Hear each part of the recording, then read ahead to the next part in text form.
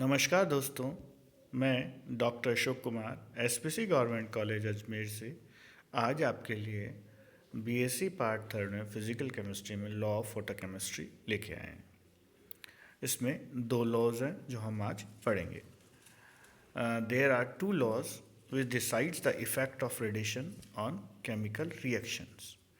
Photochemistry में जो radiations होती हैं उसका क्या इफेक्ट होता है केमिकल्स के, सिर्फ दो लॉज हैं। पहला है ग्रोथस एंड ड्रैपर्स लॉ।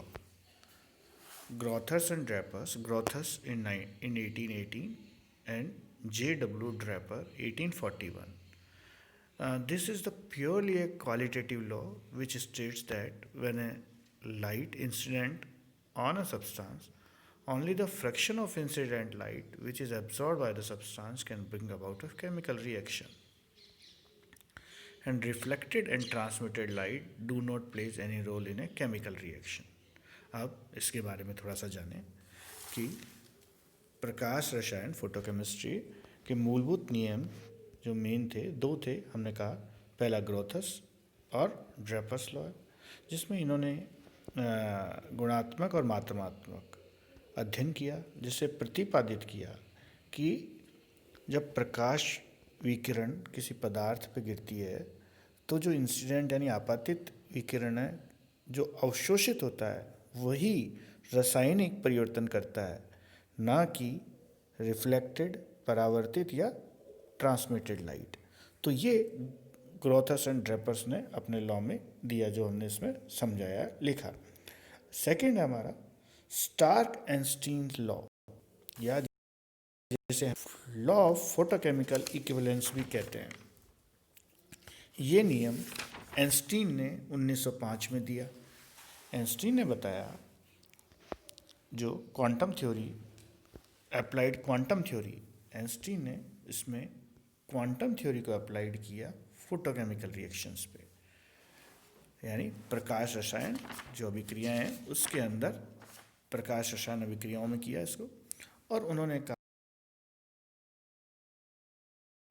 केमिकल इक्विवेलेंस जो हमने ये लिखा है, ये लॉ ऑफ केमिकल इक्विवेलेंस, इसमें कहा कि when an atom or a molecule, when an atom या एटम या मॉलिक्यूल जब लाइट एब्जॉर्ब करता है किसी फ्रीक्वेंसी में, तो वो एक क्वांटम एब्जॉर्ब करता है, एक quantum.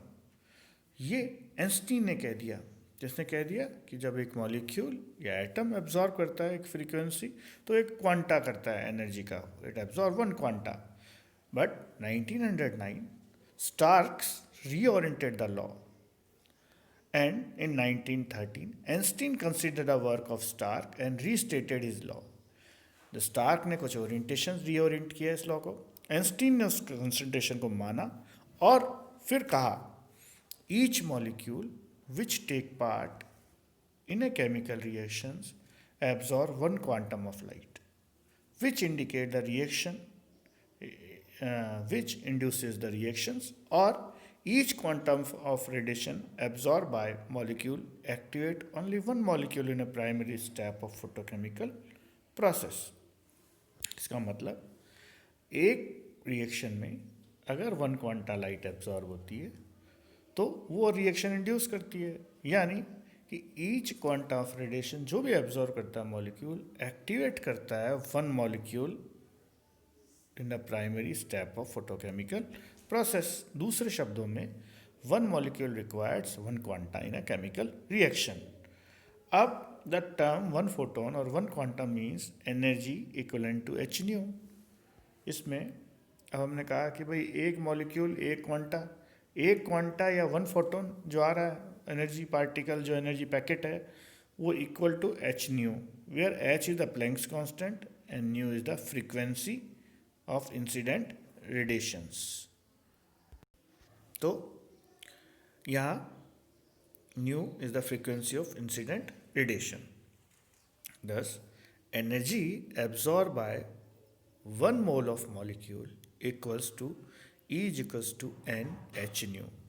n is the Avogadro number, इस इक्वेशन में h nu में n is the Avogadro number।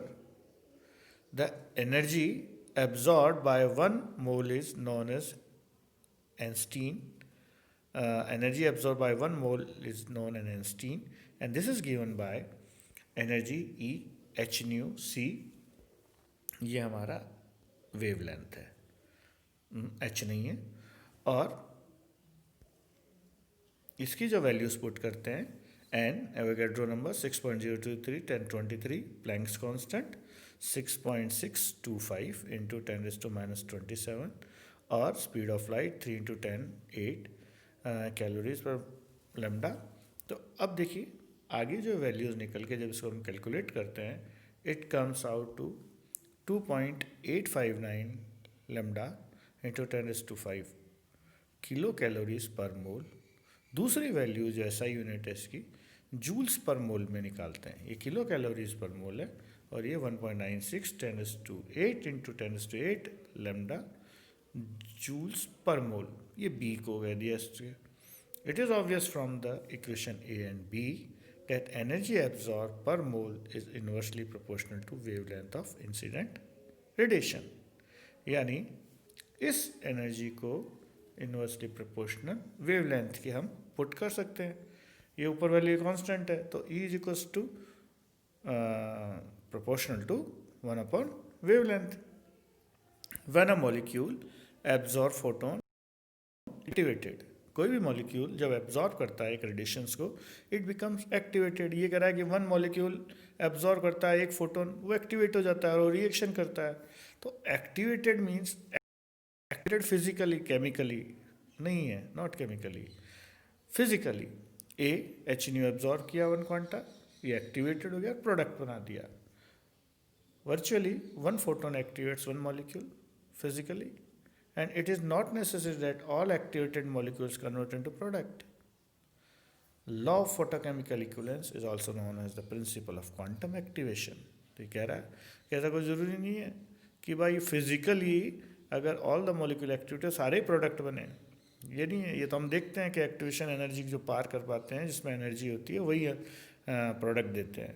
तो इस तरह से इस लॉ को फोटोकेमिकल इक्विवेलेंस और हम इसको प्रिंसिपल ऑफ क्वांटम एक्टिवेशन भी कह देते हैं। एक बार हम वापस इसको देख लेते हैं, रिवाइज करते हैं। लॉ ऑफ फोटोकेमिस्ट्री 2 लॉज पे डिसाइडेड है। ये इंपॉर्टेंट क्वेश्चन है जो आता है जिस law of chemical reactions, Grotthuss and Draper से। ग्रोथस इन्होंने कहा कि कोई भी लाइट इंसिडेंट होती है मॉलिक्यूल पे, तो जो लाइट इंसिडेंट हुई इसमें से जो एब्जॉर्ब हुई सब्सटेंस के, वही एब्जॉर्ब लाइट केमिकल रिएक्शंस को चालू करती है, केमिकल रिएक्शंस को प्रभावित करती है, जो ट्रांसमिटेड और रिफ्लेक्टेड लाइट नहीं करती। दूसरा आया स्टार्क आइंस्टीन या लॉ ऑफ फोटोकेमिकल इक्विवेलेंस, जिसमें आइंस्टीन ने ये कहा शुरू में कि भाई व्हेन वन एटम और molecule absorb light of A given frequency, जब एक मॉलिक्यूल एब्जॉर्ब करता है लाइट ऑफ गिवन फ्रीक्वेंसी, तो 1 क्वांटा एब्जॉर्ब करता है। बाद में स्टार्क्स ने इसमें कुछ एडिशन किया, जिसको आइंस्टीन ने उनकी बात को माना और जो लॉ दिया स्टार्क आइंस्टीन लॉ, जो इसका each molecule which take part in a chemical reaction absorb 1 quantum of light which induces the reactions, और 1 quantum of radiation absorb by molecule activates only 1 molecule in the primary step of process. तो last में निकल के आया 1 quanta requires 1 photon. इसके लिए उनका Einstein का E equals to h nu, उसमें n एवोगैड्रो नंबर है, नंबर ऑफ एटम्स और मॉलिक्यूल्स। एच न्यू इसका वैल्यू निकाल के आया E equals to 2 values, 1 kilo calories per mole और ये जूल पर मोल, और इसको इक्वेट किया इन्होंने, energy is inversely proportional to wavelength. So activated molecules are physical chemically it will activated gets to product, और जिसे बाद में उन्होंने प्रिंसिपल ऑफ क्वांटम एक्टिवेशन कहा। धन्यवाद। आज की क्लास इतना ही, नेक्स्ट क्लास में हम इसके आगे का पढ़ेंगे।